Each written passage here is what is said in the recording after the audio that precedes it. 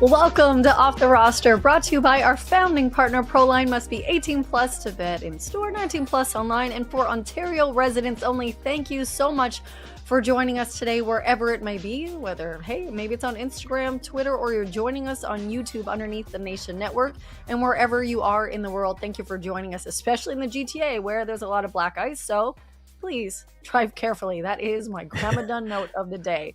But guys, drive safe. So many, exciting storylines surrounding sports, specifically Toronto sports, and the fact that the Leafs beat the Panthers 4-1.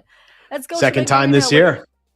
And their sixth straight win at Scotiabank Arena. And if you missed it, here is a beauty of a goal from Auston Matthews. Took a hard hit there in the corner, too. Did from Mikkola coming out in front. Dives. Powers his way. Back in front. What a goal! Auston Matthews from Matthew Knies. Nice dish from Knies. And oh my gosh, how the storylines have changed surrounding the Maple Leafs. Since we started the show one month ago, guys, we know everyone's like, the sky is falling. Get rid of Craigie B. Auston Matthews needs to be traded. And then, hey, here we are. Dan, the storyline has changed around the Leafs, and I am so happy right now that there is some positive vibes surrounding the squad. What did you think of the game yesterday? I think the Leafs played about, we seem to be saying this almost every game now. They played their best game of the season, or one of their best games of the season. And salute to you and Cab. You know, you guys have talked me off the ledge a few times here of the first month of Off the Roster, and the Leafs have finally found their game, led by their captain, who keeps scoring goals, now up to 21 on the year. Matthew Knies using that big frame. It takes like 3 Florida Panthers to get him off the puck, and even that can't do it. But all over the roster, contributions from the top all the way down, and Joseph Woll continues his regular season dominance over the Florida Panthers as well. I mean, this is what the Leafs need to build the second half that they are going to need to have to get to the playoffs, and that is a full team performance. So 5 stars for the Maple Leafs last night at Scotiabank. From November the 8th to December the 6th, Toronto lost 5 of 6 on home ice. Now, from December the 8th to January the 6th, as Lindsay mentioned, Toronto's won 6 straight games. And I want to shout out the third line on the ice, but the first in our hearts. Another dialed-in performance against a tough opponent. And at the end of the first period, Easton Cowan unlocks like this spin move in the D zone, which then starts the Leafs on this immaculate passing opportunity, this passing sequence. Almost everyone on the line touched the puck. Riley to Waugh to Robertson, nice feed to Easton Cowan, just a beautiful tip in. It was just a chef's kiss of a play, which opened the scoring 1-0 Toronto after 1. And so it was Cowan's first goal in three weeks. And Robertson is now, who's I think become my favorite player. Robertson has registered 7 points in his last 6 games. And then I also want to highlight the third period defense. Like Florida came out charged. The Maple Leafs killed back-to-back penalties in this one sequence, killed all 3 penalties, Florida penalties in the game. And during a Florida power play, actually, there was a soft centering pass in the O-zone, and then Scott Lawton tips it past the blue line and then just outraces Gustav Forsling for a chance on Bobrovsky. He saved it, but it was just a great individual effort. And then with 7:53 left in the game, Steven Lorentz outraces Gustav Forsling. This guy was just getting picked on, I guess, but outraces him for a breakaway attempt. Lorentz goes blocker side on Bobrovsky, who saves it. There were weirdly 4 incredible breakaway saves that Bobrovsky unlocked in this game, but just it was a great defensive effort by Toronto. Florida had 18 shots on goal in that final 20 minutes, but the Leafs hang on to win the game 4-1, which was awesome as Florida applied maximum pressure. But one stat that was mentioned on the broadcast, the Leafs, when leading after 2 periods, they now improved to 11-3-3, which I think Dan had mentioned a couple of shows ago. Not a great percentage. However, they will take this win over the defending Stanley Cup champions. Yeah, and I wanted to just put a cherry on top, Cab, of your love for the third line. And we need like a Austin Powers nerd alert sign because the nerd in me, nerd alert. So it's not only like having success, but, let's take a look under the hood. And you look at Robertson, Waugh, and Cowan. Okay, I'm going to give you really like not that crazy of a stat, but 31 minutes together so far at 5-on-5. And they have a 68% expected goals share on the ice, which, to put it simply, the Leafs heavily outchance their opponents when Waugh, Robertson, and Cowan are on the ice together. And to contrast that, like when Robertson and Cowan were put with John Tavares, their expected goal share was 30%. So wow. I don't know what Craigie B did, what formula he had to go up on the whiteboard and be like, is this going to work? I don't know, but we'll see. And Waugh, Cowan, Robertson, it works. And Craigie B has found a solution to get his third line cooking. I love a good nerd alert. We love good stats. We love good times and the vibes surrounding the team. There was such a special moment, which it's always so serious at the Leafs. I'm sure you guys have seen them, been a part of when they have these like celebrations, then they're raising banners. But when they recognized Auston Matthews for becoming the franchise's leading goal scorer, like they have that serious moments, they roll out the blue carpet. But I thought it was freaking awesome that Matt Sundin traveled all the way here to present him with the photo that has the 420 and 421 puck that eventually tied and then gave him the goal scoring lead. I thought it was such a cool moment that Matt's made the way here, and Austin found out the night before that he was going to be here. I don't know if you guys had a chance to see any social media clips, but the fact that Matt's was there, what did you take away from that moment? Just how big of a moment it is in Leafs history, and a reminder again of the type of legendary status that Auston Matthews already finds himself in. I think it taken him 300 some odd less games, fewer games than Matt Sundin did to score 420 goals. But, this shows the history of the star players of the Leafs. And I think for the fans, especially, to see the body language and just how much it meant to Matthews. I think when you're watching that pregame ceremony, you see him do the tap of the heart. I don't know why this had become a narrative, because he has re-signed in Toronto a couple of times, but there seems to be a narrative that Austin can't wait to leave Scotiabank Arena and leave the blue and white. I don't know where that started, how it began. Maybe it was with his slow start out of the early part of the season, but I watched last night and I see a guy that bleeds blue and white and wants the best for this franchise with him leading the way. The cool moment that I saw was the Leafs posted this on IG, was somebody had one of Matt Sundin's old sticks, and Auston Matthews is trying to Matt said, here, try to bend it. There was no bend, absolutely zero flex. And it's just such a contrast to today's technology with the 55 or 65. I can't remember what flex Auston Matthews has on his stick, but he couldn't bend Matt Sundin's stick. So I thought it was a funny moment, just again, the contrast into generations. Matt Sundin scored 40 goals on a stick that's basically a piece of wood, but Auston Matthews has all the best technology in the world and obviously is an elite scorer and sets the record for one of the most storied franchises in hockey. The wood sticks are best used as the holders in the garden for the tomato now. That's how No used to use it. That's how they're still best used in 2025. Oh, man.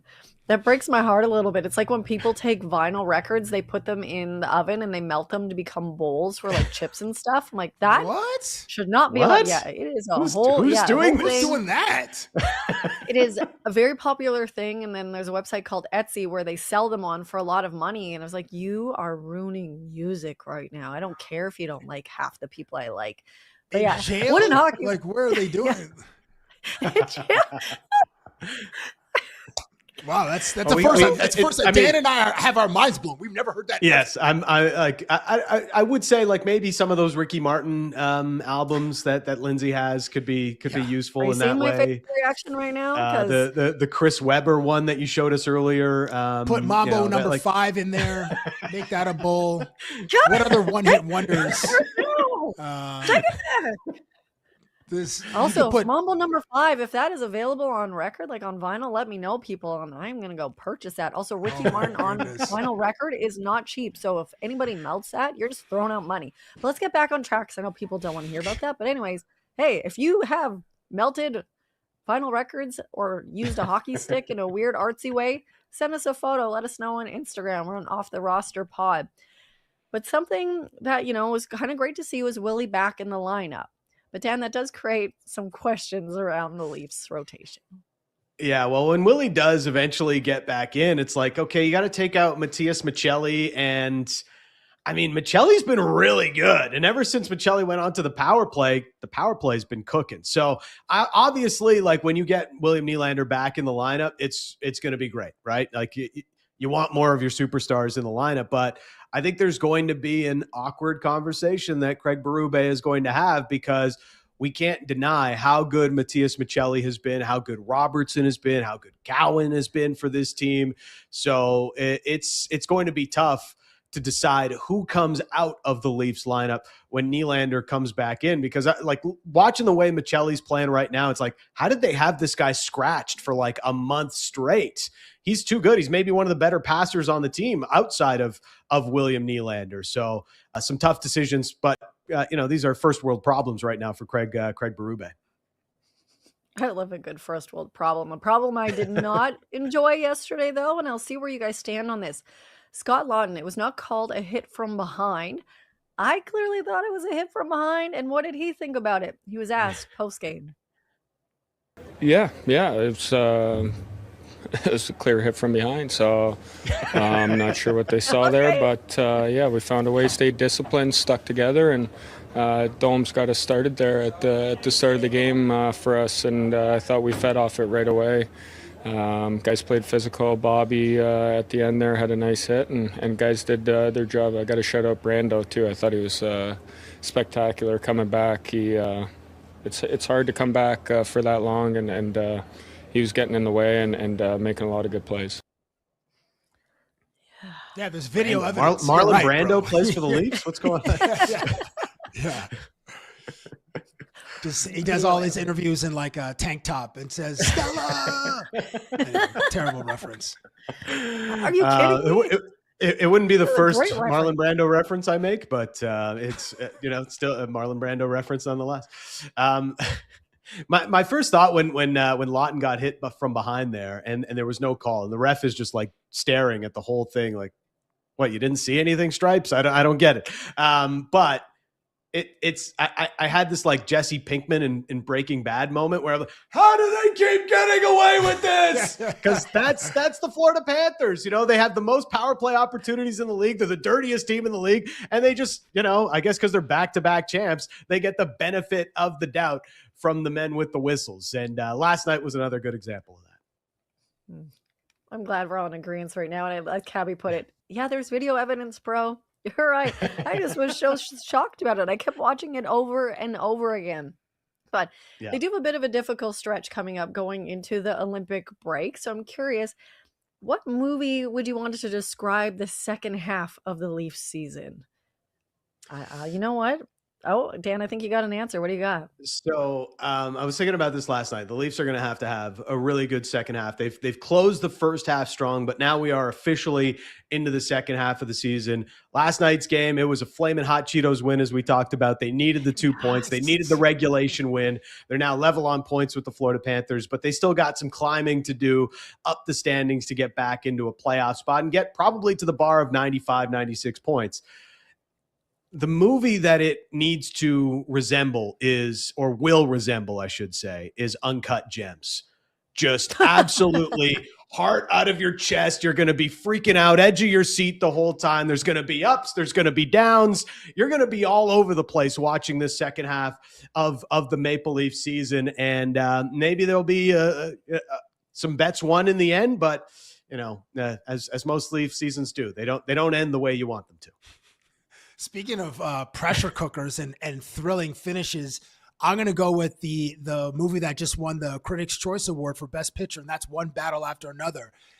like the second half, the third act of that film is just spectacular. And there are literal ups and downs in this incredibly filmed chase sequence, this car sequence with the telephoto lens. That's how the Leafs, season's going to go. You're just looking into the distance. Like, when will they appear? Okay, they're back up. Okay, 3-game win streak. Okay, they're back. And then a 3-game win streak. And then like that's what I'm expecting in the second half.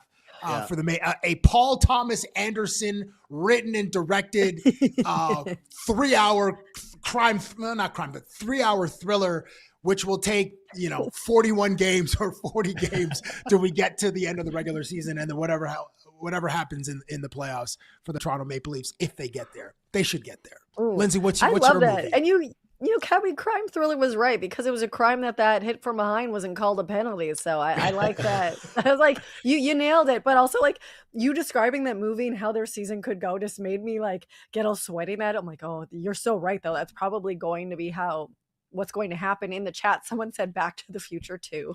Like, I take that as immediately like, yeah, I like that. I'll be quick. Mine's gonna go with Space Jam, which is gonna be my reference to everything ever. Now, because like you look at this, the season starts out a little weird. You're like, hey, are they still at the golf course? What's going on here? And then they picked it up a little bit. They got a squad together. They look kind of weak and things aren't going well. Monsters They come had their in talent and blasted bam, away. their talent was blasted away with injuries, things going on, and then they come back and they are just defiant and they will get the W. Not saying Stanley Cup W, but I think that they're going to have hopefully a really strong second half of the season. Truthfully, I don't believe that, but I'm just trying to manifest it. I'll be honest. Manifesting. This might be the first time ever that Auston Matthews has been compared to Michael Jordan. In a playful way or a serious way. Well, someone's got to play Michael Jordan. Somebody. I'm just gonna go with he wasn't. I got nothing. That's such a good. Is that what's happening right now? Is like Austin's secret stuff is being passed around the Leafs dressing room, and they've all got their powers back, or they got their confidence back, and now they're playing like a team. I'm going to say this comment by Lindsay is going to age well. This is going to age well, and we'll play it back in May or late May and be like, hey, we're on the doorstep. So Lindsay, I'm gonna give you early props.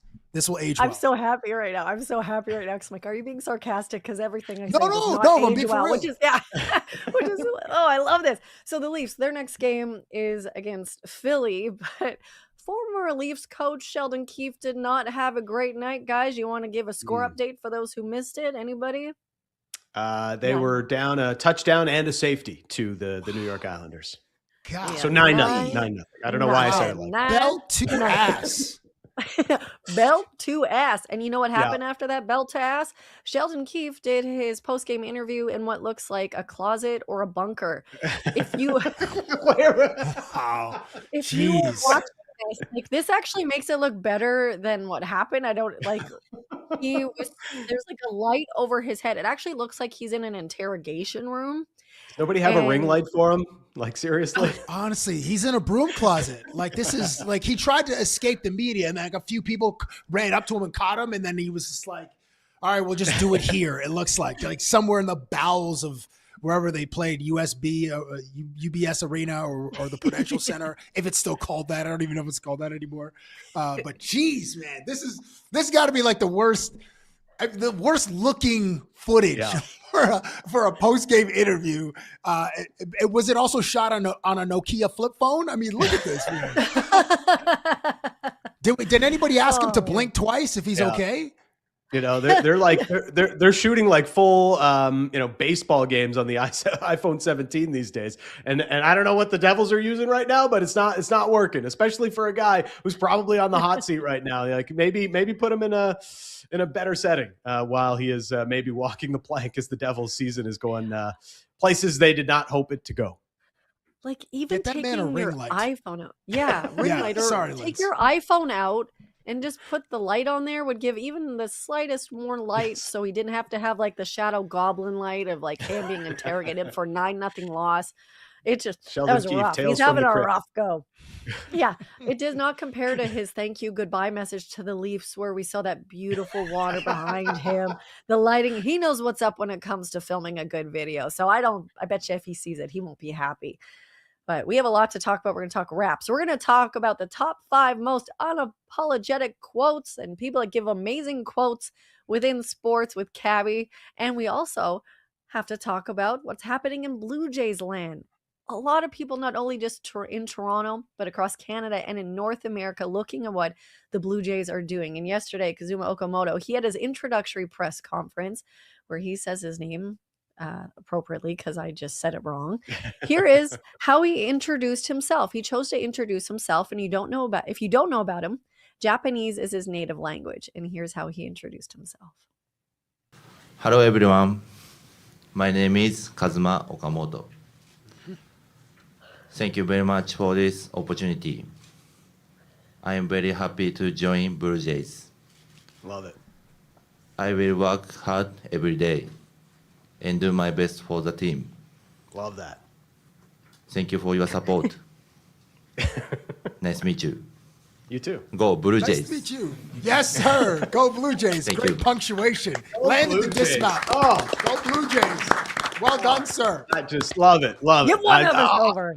Honestly, like whoever gave him media training, like maybe give him give the same media training to the Maple Leafs. Like sometimes that's all the fan wants to hear. You know, I'm going to work hard for the team.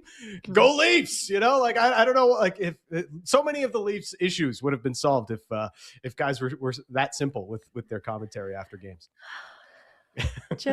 It was such a fun moment, and I just kind of want to set the scene because I know you guys have been around a lot of press conferences. For those who have not been around a Blue Jays press conference, so I've been lucky enough to cover this team for about a decade, and the media, like the level of media there comes and goes. Usually on a game day, there's 3 cameras, which would be the 2 major sports network, and then the TV station I worked at, which will be there for this Nation network. So there's just not a lot. When there'd be a press conference, you maybe have like maybe 5 to 6 cameras, a couple news outlets would join, and you'd be like, okay, and then some more writers. I was so shocked to what I walked in yesterday because you would think that they re-signed Bo Bichette. This is no disrespect to Okamoto because like he has not played in Major League Baseball yet. I do understand he has a great resume playing in Japan's league. He got a bunch of home runs. He is a wonderful person. But every local news outlet was there. So many writers that I didn't even know were in the city were there. You had, as expected, tons of Japanese media, but there's probably at least 35 cameras there, and the seats were full. There's so much excitement about it. But then I realized, like, this is the first off-season signing where they actually had the availability in person in Toronto. But guys, it warmed my heart to just see the excitement still around the Toronto Blue Jays because, yeah, losing in Game 7 in the World Series in extra innings, that's a kick in wherever it hurts for you today. But there's such a belief. There's such a hope, guys. Like, it was unexpected, but I'm happy. And I love seeing the press conference and Cabbie just seeing how he chose to, like, learn English. Like, I know he knows bits and pieces, but to have that and decide I'm going to introduce myself, and he's like, hey, nice to meet you. What did you think of that moment? It was very endearing. And obviously, I mean, ask any of us to speak French, and French is a second national language. We would sound much worse than Kazuma Okamoto. So, like, salute to him for trying. And it just seems like he's a genuine person. But we appreciate when someone tries to, I don't want to say ingratiate, but like, you know, just make some effort. And that on top of the way he, like the social team introduced him with the slide into, like he's already won over the fan base. Like he's already like, get me a jersey. I don't know what number he's going to wear, but like opening day, whenever that is, March 28th or 29th or whatever, like I'm getting an Okamoto jersey. If not a Kyle Tucker, a TBD. I'm getting a New Jersey, and he's at the top of my list for new purchases in spring of 26. How'd you got Dan? What did you think of the way he introduced himself in that press conference? So I loved everything about his intro of himself. I not that I'm in like the habit of calling out translators or anything, but like there were moments of the translation where like the translator's laughing, but then he just like deadpan says something that's not funny at all. And I'm like, man, you're missing the essence of what this guy is saying. I think like he's maybe like a part-time job could be a comedian for Okamoto with some of the laughs they were getting, funny. But it didn't translate whatsoever, or it didn't get translated by the translator. So I feel like we were left out of some of his quips and some of the comedic relief that Okamoto had during his news conference. Oh, absolutely. And it's funny because one of my like good friends, she's part of the Japanese media, so she understands the languages where I didn't. She's like, he is so funny. He's hilarious. He's a unique character. You're going to love him, which made me really want to learn Japanese, but I couldn't learn French. We're forced to take that in Canada. So that's not going to go well. But I'll have her translate for me because he was just, as you mentioned, making these jokes. And when you're in the room, you could see the Japanese media laughing or having a reaction, and we're all like waiting. And they even asked the interpreter, like, hey, what is he saying that's so funny? He's like, oh, he's just an interesting character. But have either of you guys watched Breaking Bad? I feel like we just had a Breaking Bad reference in this episode. Yeah? Yes. I have not. So, Jesse Pinkman. Okay. Yes. So maybe Dan will get this reference. So on our YouTube channel underneath the Nation Network, we have the full press conference with him on there. And someone said that, I got to make sure that they said Gustavo Fring brought in from Breaking Bad to be the translator. Because like apparently he looks like him. Yes, yeah, we like, got a doppelganger for Gustavo Fring. People love that, and they said, yeah, and then people that understand Japanese who wrote on the comments underneath our YouTube video saying that they need to bring Kawasaki back as a coach just because those two are so funny. Can you imagine the quotes that we wouldn't even know? Kawasaki was awesome. Well, remember his banana quote or something? Yeah. He had like was he eating a banana or just saying banana gave him energy or something? Like the guy was. I talk about like authentically himself. That dude was just he was so much fun for the fans. He's still out somewhere in a bush party. That's where Minonori Kawasaki is. Protect that man at all costs. Yeah.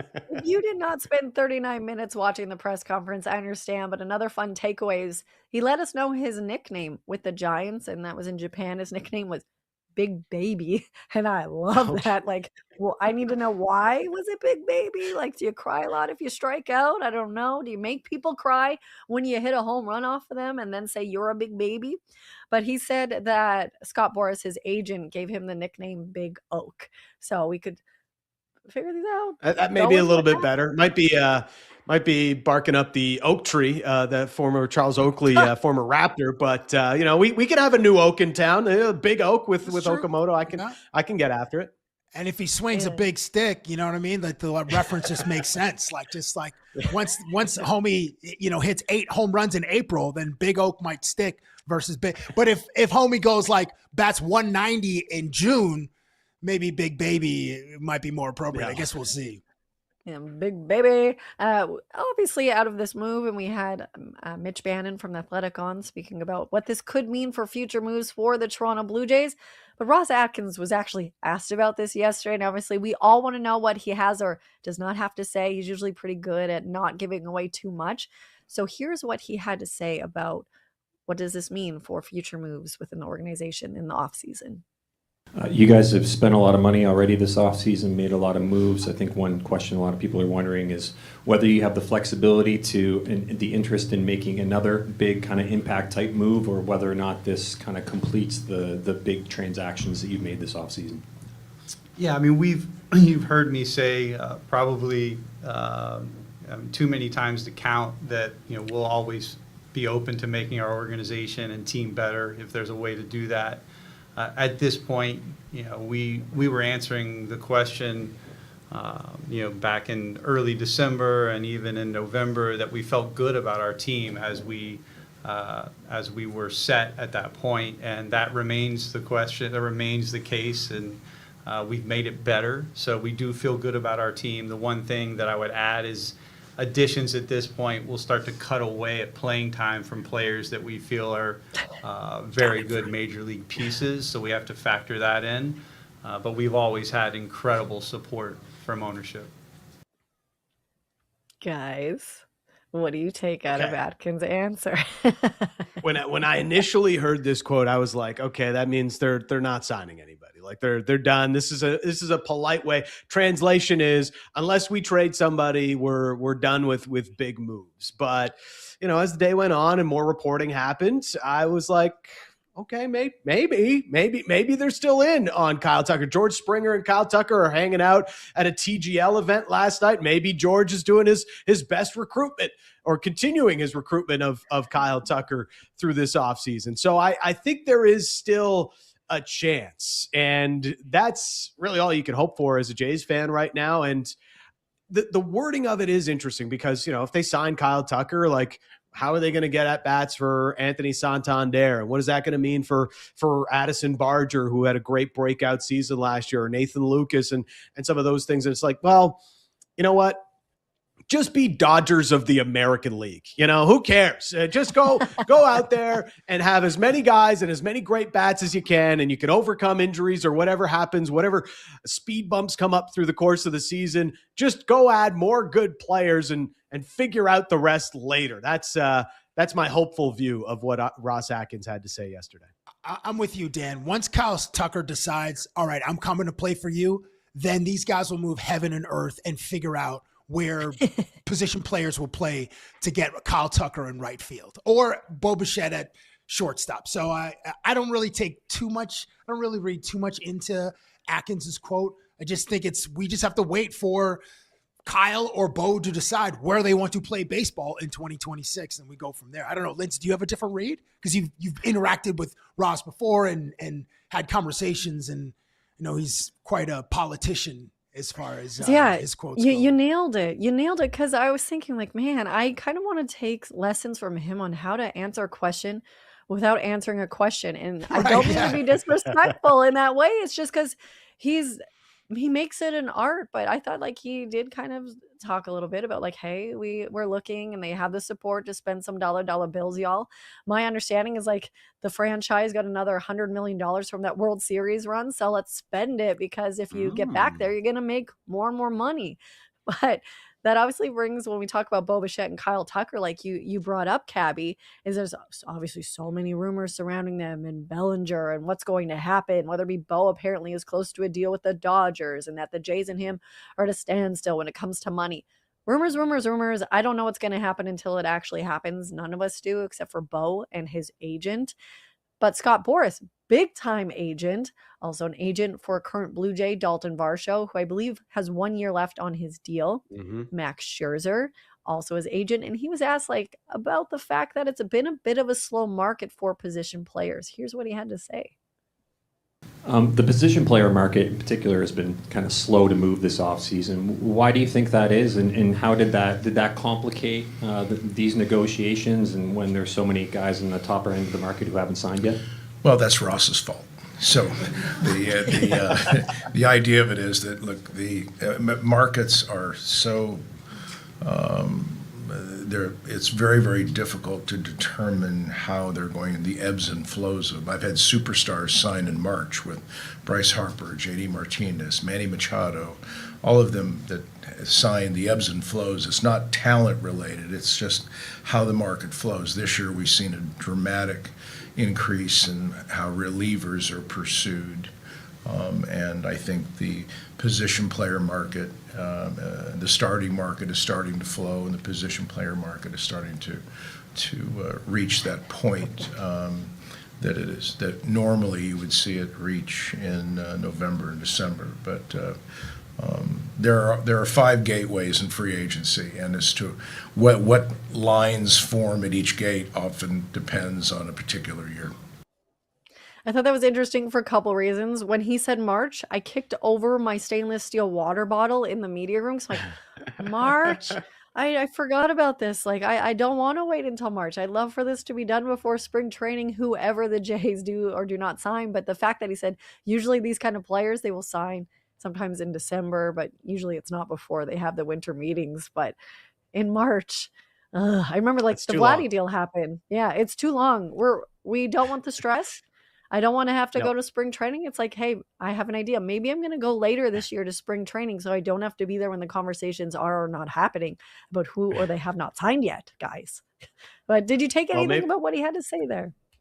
I think the market is just interesting. You read all the reporting about what's going on with Kyle Tucker. Is he even fielding offers right now? It's just like there's a mystery about how this moves and where it will go. So I don't think he said anything that's not true about how the market is unfolding. I think for the Blue Jays, they kind of just stand on the sidelines and they've let everybody know, like, we've got money, we've got a great team, and we want to keep adding to it. So as long as that remains the case, the Blue Jays are going to be in. And really I think it's mostly on Kyle Tucker right now because, after having Okamoto, you have him at third base for much of the season, it would appear.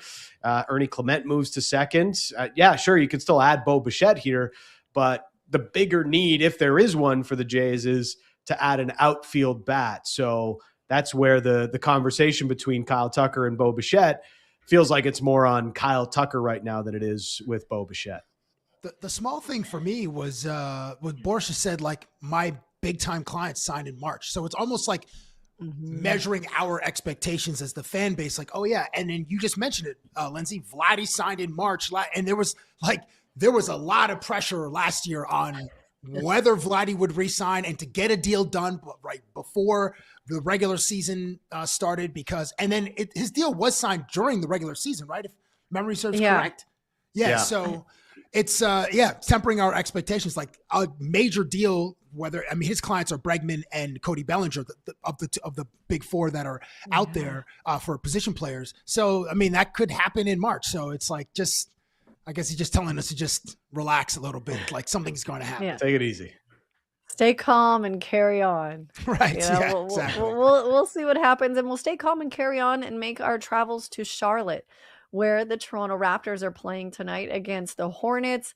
Hey, they got a dub last time they were on the court. That is talking about the Raptors in Toronto, but they'll still be without Jakob Poeltl tonight.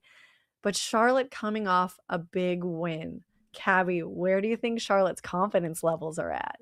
Listen, the Charlotte Hornets won their season Super Bowl, beating the OKC Thunder 124-98 or 97 on Monday. So we're going to see either an uber confident Charlotte Hornets or a squad that returns to mediocrity, in my opinion. Charlotte actually, and they do have confidence because Charlotte's beaten Toronto in the last 2 or 3 games, or beating Toronto in back-to-back games. So there's that too.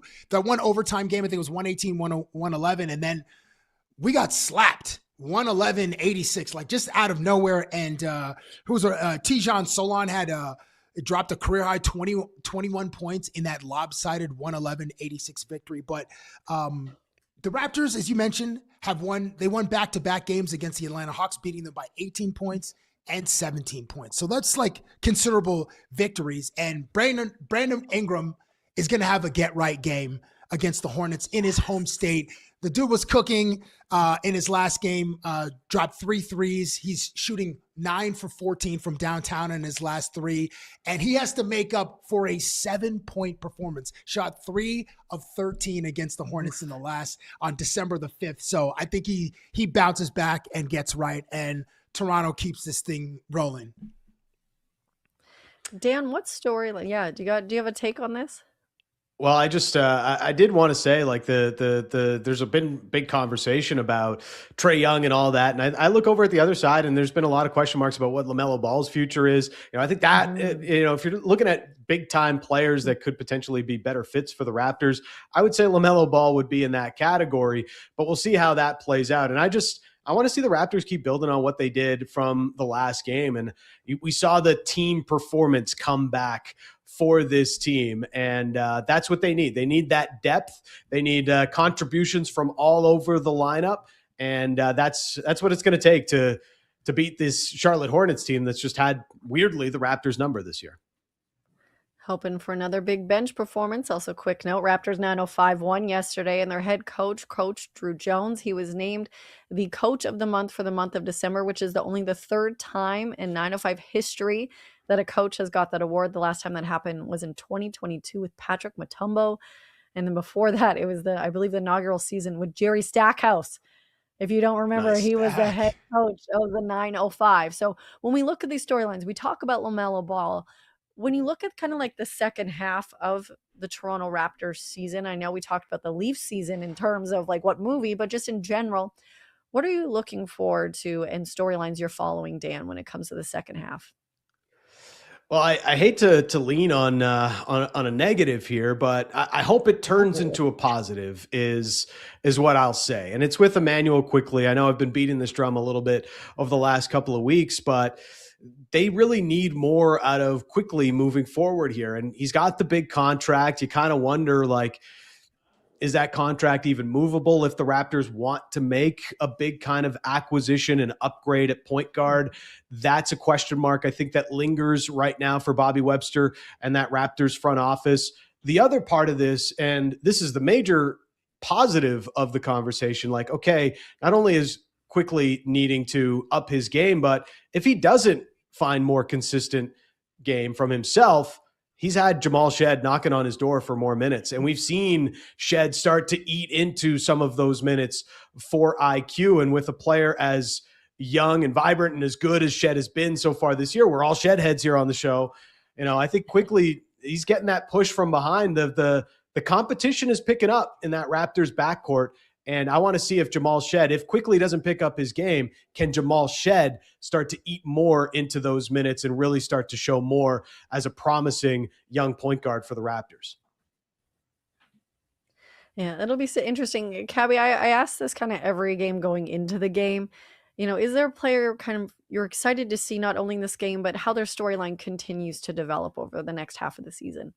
Well, Dan mentioned it, and I'm sorry to be in the group project and just like copy Dan's answer, but Jamal Shed has really impressed me, and I love his development. I love that he's earned Coach Darko's trust. We wave his flag. I mean, I know you wave Jameson Battle's flag, but we also wave the Jamal Shed flag, and he's just a promising, tough-minded point guard, makes right decisions, and then he gets to play in clutch time because he's earned the trust of the coach. So his development, would love to see Jacoby Walter be a little bit more consistent or a lot more consistent, but I mean, it's a lot to ask for a sophomore player. And a guy who's become a show favorite is Colin Murray Boyles. Like he's shown just great flashes in his rookie season. So watching him develop over the next 40 or something games will be a treat for us as well.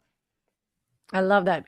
Group project, copy and paste, doing that now as well. CMB would have been my answer just because this rookie is just excelling. He's handling the moment and he is living in it. He's embracing it and he continues to improve his game, which you love to see. I know Raptors fans did not like him when he first was drafted because he had that viral reaction where it looked like he was mad that he got picked by the Raptors, and now they all love him. He's actually a really lovely young man. I wanted to call him a kid, but I don't think I can call him a kid. I guess compared to Grandma Lindsay, he is a kid. But he's definitely a kid compared to Grandma Lindsay. Even Alex McKechnie is a kid to you.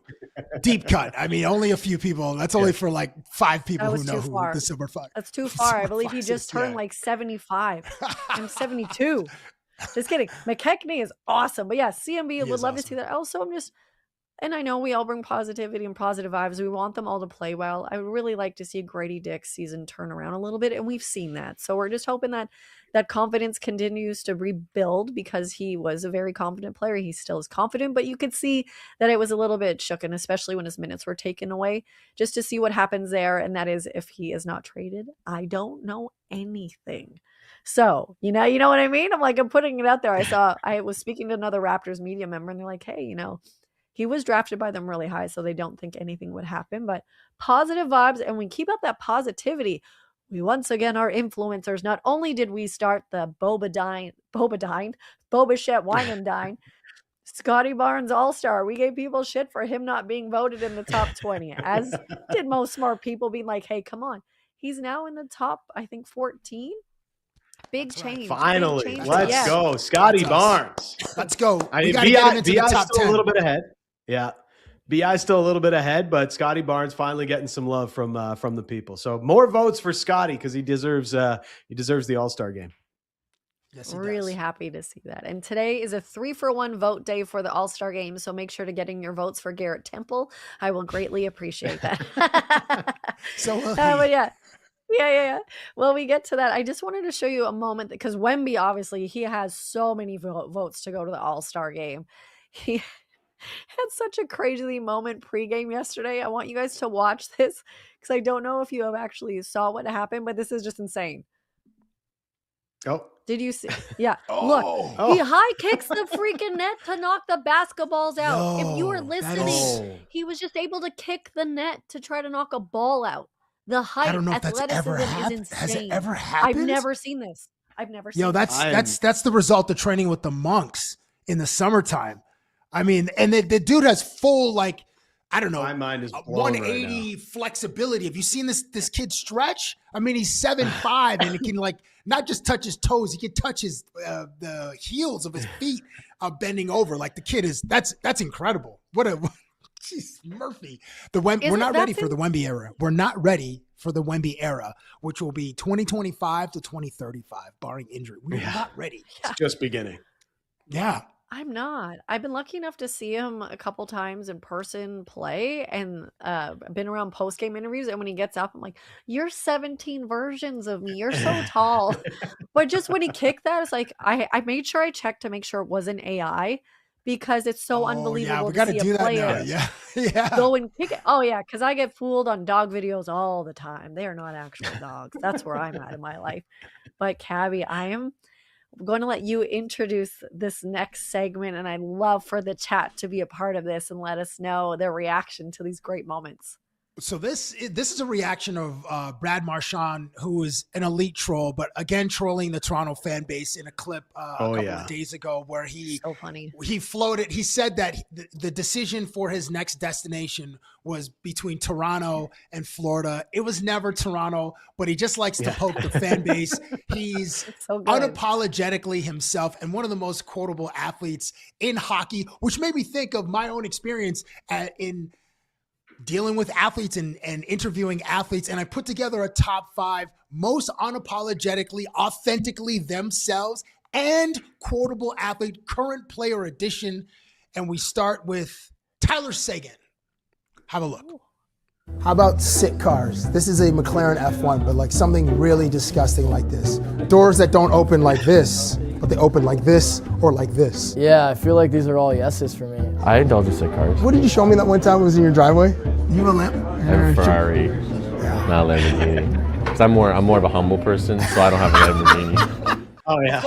Of course, a humble person drives drives a Ferrari or not a Lamborghini.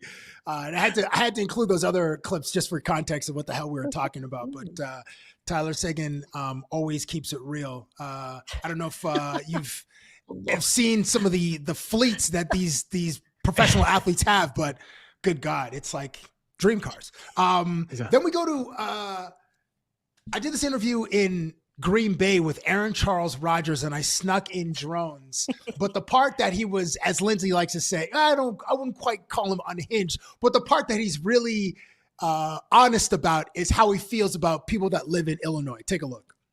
He also is the de facto mayor of Door County. Wisconsin is your left hand, you learn that?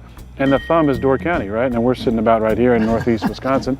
There's some fibs that come up from Illinois and buy up a lot of the property that some of the— What are fibs? Fucking Illinois bastards. So some of the Wisconsin people get a little disappointed by those people coming and buying up the property. Yeah, he's talking to Bears fans. He's talking to Bears fans. Calm him. All right. All right, that's relevant for this weekend. That's relevant for this weekend, even though Aaron Rodgers isn't playing in that game. But we finally, I think this is like the 3rd edition of Packers Bears in the NFL playoff picture. But I mean, Rodgers is maybe the most unapologetically himself because he's not afraid. What I love about it, he's not afraid to take the heat for anything that he says. He believes what he believes, and if you don't like it, you're not going to like it. Yeah, indeed. And the player he was talking about, sorry, Lindsay, was A.J. Dillon, just for context. Sorry, go ahead. No need to be sorry. I love this. Do you always refer to him in his first, middle, and last name when you talk to him? Yes. Like when you text him or anything? Okay, I just wanted to— Yeah, I actually, in fact, I do. I was at a golf tournament real quick. it was a pro-am, and the reason he turned to see me, I said, Aaron Charles, and then he turned around. It's because like no one ever. I like to reveal the middle names of athletes in interviews, like Connor Andrew McDavid, Bradley Kevin Marchand, who we'll see in a little bit. Tyler Sagan's is Tyler Paul Sagan. I don't know how I remember these off the top of my head, but Clay Alexander Thompson. Who is up next from the NBA Finals? This guy granted me an interview between Game 4 and Game 5, and I wanted to revisit or visit one of the Klay Thompson characters in the Klay Thompson universe. Have a look. Okay, this guy came prepared. Chess Clay. Wow, that's a good one. That's actually might be my favorite. This dude is very methodical. Who was that? Bobby Fischer? Bobby Thompson's body? Klay Thompson's mind. Okay, I'll take that. Now, at this point in the finals, do you increase the pace of play or your own pace of play as you're methodically trying to dissect the defense? That's a great question. I mean, you can relate everything to chess, even a basketball game. And at this point, pretty backed up, being down 3-1. So I think we'd be aggressive, come out with nothing to lose, and just play fast, loose, but disciplined. And kind of like in chess, you kind of see ahead of your opponent, obviously, but it's time to ramp up the aggressiveness. There you go. And they did win Game 5, and they took it back to they won Game 5, took it back to Oakland, lost in Game 6. But that might be the first time basketball has ever been analogized to chess. It's usually football is like the chess game, or maybe the sweet science of boxing, but basketball, Klay's a different breed, and just like one of the most beloved teammates in any locker room in basketball. I don't know if, Lindsay, have you any experience with like interviewing Klay Thompson? Oh yeah, I think he's hilarious. I just love, for anybody like watching or listening, how when he was with I was gonna call them the Giants, they were the Giants. They're not even the same Thunder. Region, Golden State Warriors. Same region, the Bay Area. Yeah. We're with you. The Bay Area. And this is why I was saying this, because he would take a boat to go to the game. And I was just like, that's right. It was just like so random and fun. And the fact that you're just like, hey, I immediately, when I heard that, I'm like, you are great. And he loved, I think his dog may have passed away, but like he was just such a dog guy. And it's just the fact that he took a boat to work was just, man, I think he's hilarious, and he was part of the Splash Brothers, and both of them are great for quotes. Him and Steph Curry are both pretty funny. Now, staying in the state of California, this one is going to be maybe triggering for some Blue Jays fans, but I got this great revelation from LA Dodgers superstar Mookie Betts. You said you don't believe in aliens, but you for sure believe in ghosts. Do you believe in aliens? No, I don't. I don't believe in aliens. Do you believe in ghosts? I for sure believe in ghosts, though. Like the aliens, I feel like I haven't seen them come down. They make alien movies, but they're not really real, right?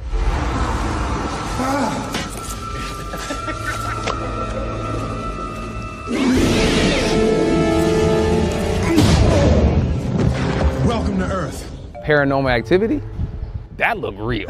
You know what I'm saying? What do you mean, bro? That looks real. Wait, you have to see an alien to believe that aliens exist? No, I mean, based off my theory, no, because I haven't seen a ghost. But it looks more real, and I'm not willing to find out. And I feel like the chance of me running into an alien are a lot less than the chance of me running into a ghost. I mean, I don't know where. I mean, it was the logic does not make any sense whatsoever. But you know what? I'm here for it, Mook. Like the logic is, I don't get the logic, but like maybe if you'd seen your own ghost, like, you lived in a haunted house, that would have been a cool story. But just okay. So where do you guys stand? Movies. Where do you guys stand on that? Aliens or ghosts? What do you believe in, Lindsay? It makes me think of a clip that recently happened with Canadian Andrew Wiggins of the Miami Heat, who's asked to think about oceans and aliens, and he's like kind of afraid of the ocean. I don't know if it had to do with aliens. It was like this wild thing. So like alien talk is everywhere.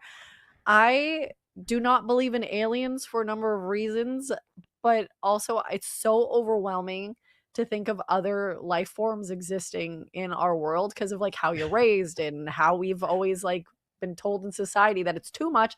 I also don't believe in ghosts because I like to sleep at night. So I just kind of block that stuff out. That is my logic. So Dan, do you believe in both? What about ghost aliens? I do believe in both. I mean, I don't know. I'm just like, there's sometimes like you wake up in the middle of the night and you feel like I don't know, you're like one of those like moments where you're like in bed, but you can't move and like something's holding you down. Those moments always freak me out. So I'm convinced that ghosts do exist. And two, aliens exist. Have you seen any of these ancient alien documentaries? I mean, like, yeah, how did the Egyptians build the pyramids, man? Like, the ancient aliens, like, there's definitely some kind of alien activity that's gone on to help build this Earth. So, I don't have any evidence for it, but I believe it. Sure, absolutely. Okay, so from the paranormal to a supervillain for the Toronto fan base, the most unapologetic and quotable athlete I've dealt with in the current athlete edition, Brad Kevin Marchand. Have a look.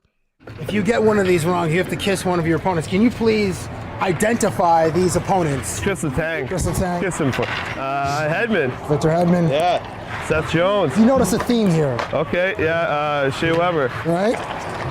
Ristolainen. Morgan Riley. Look at that kisser. That's a beautiful, beautiful mug.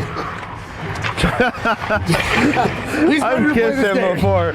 You have? Oh yeah, that's like a normal day in Boston 5 years ago. That's how he greets everybody. Puckers up. John Carlson. And John Carlson. Yeah. All right. Kissing teammates is a thing. That's Brad. Licking opponents is also a thing for Brad. So yeah, that tracks actually with Brad Marchand based on previous behavior, whether it's Leo Komarov or it was who was the dude who played for the Rangers who was in his video. Oh my goodness, I can't remember his name right now off the top of my head. But I got a lot of deep references, but I don't got this one. Not Adam Fox. Anyway, it was in the video where they celebrated his 1,000th game or 1,000th point. What was the most recent milestone? 1,000 point. 1,000 anyway, point. A great video by the NHL. It was hilarious. So Kevin Marchand. Oh, sorry, Brad Kevin Marchand kisses teammates like it's just a regular Tuesday. And I found that pretty enlightening and kind of awesome that he would be that. I love that Brad Marchand for the longest time went as like he is the villain in the National Hockey League. Like didn't matter. Like 31 other fan bases absolutely despise this guy. And now, like I don't know, like he went to Florida and what maybe we've just gotten used to him. I know Leaf fans are never going to like Brad Marchand. I know that. But like there does seem to be a worm turning here where people are just more kind of okay with Brad Marchand's antics. And I'm sure come the Olympics, people are going to be fired up to cheer for him because it's always better and easier to cheer for him when he's cheering when he's on your team than when he's on the Big Bad Bruins or the Big Bad Panthers. Yeah, Dylan Brooks of the NHL, or Dylan Brooks is Brad of the NBA, probably that way.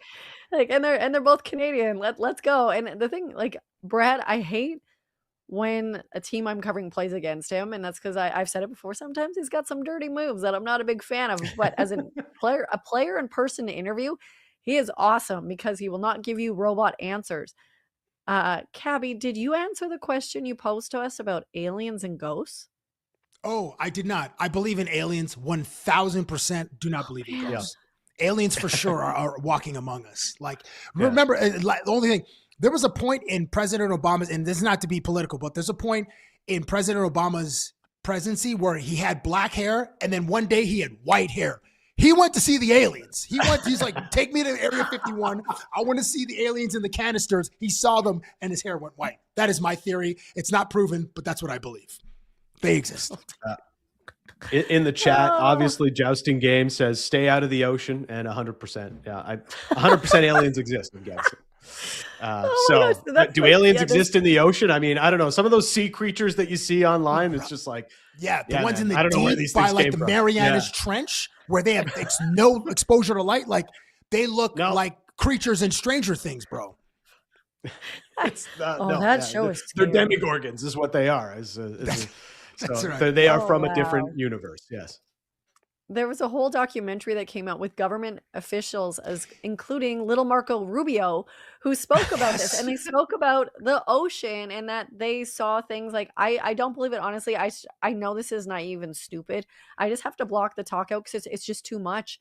I am not going to go into the religious thing of like, I grew up very Catholic. And then when I'm older in life, I'm learning that a lot of these things are just to teach you a lesson, and Noah's Ark didn't really happen. I'm like, oh my God, I'm relearning life. But when How I did we watch get polar like, bears on the Ark? How are the polar bears on the Ark? See, didn't happen. No. It was just telling you to be a better person. But Well, the ocean the thing aliens is help them, of freaky. The aliens help them. But the ocean, now when they said that, they're like, hey, they're probably in the ocean. That would be the place they would hide. I'm like, great. I'm already afraid of sharks. I'm never going in the ocean again. Thank you so much for that documentary. But also, we do have to open our minds and think creatively, openly, however you may want to believe in things. You do you, even if it is Obama's hair went gray because he saw aliens. Allegedly. I believe in this. But allegedly. Sorry, don't you guys clip that and put that out there. It's allegedly. But great chat, great show. Obviously, tomorrow we're going to talk about Leafs. We're going to talk about Raptors. There's going to be more sports news. But I'm so excited because I know you guys are going to have a great conversation with Olympian and PWHL star Sarah Nurse. We also have former Toronto Maple Leafs, Jay, sorry. I got to say, I was wanting to talk about the Toronto Blue Jays. No. Like, he's also Jay Rosehill, co-host of Leafs Morning Take, and he is such a great guy. I can't wait to hear what he has to say about tonight's game and what the chat has to say. Thank you, as always, for joining us for another episode of Off the Roster. Hope you enjoyed this video. If you want more Off the Roster content, make sure to like and hype this video and subscribe to the Nation Network YouTube channel.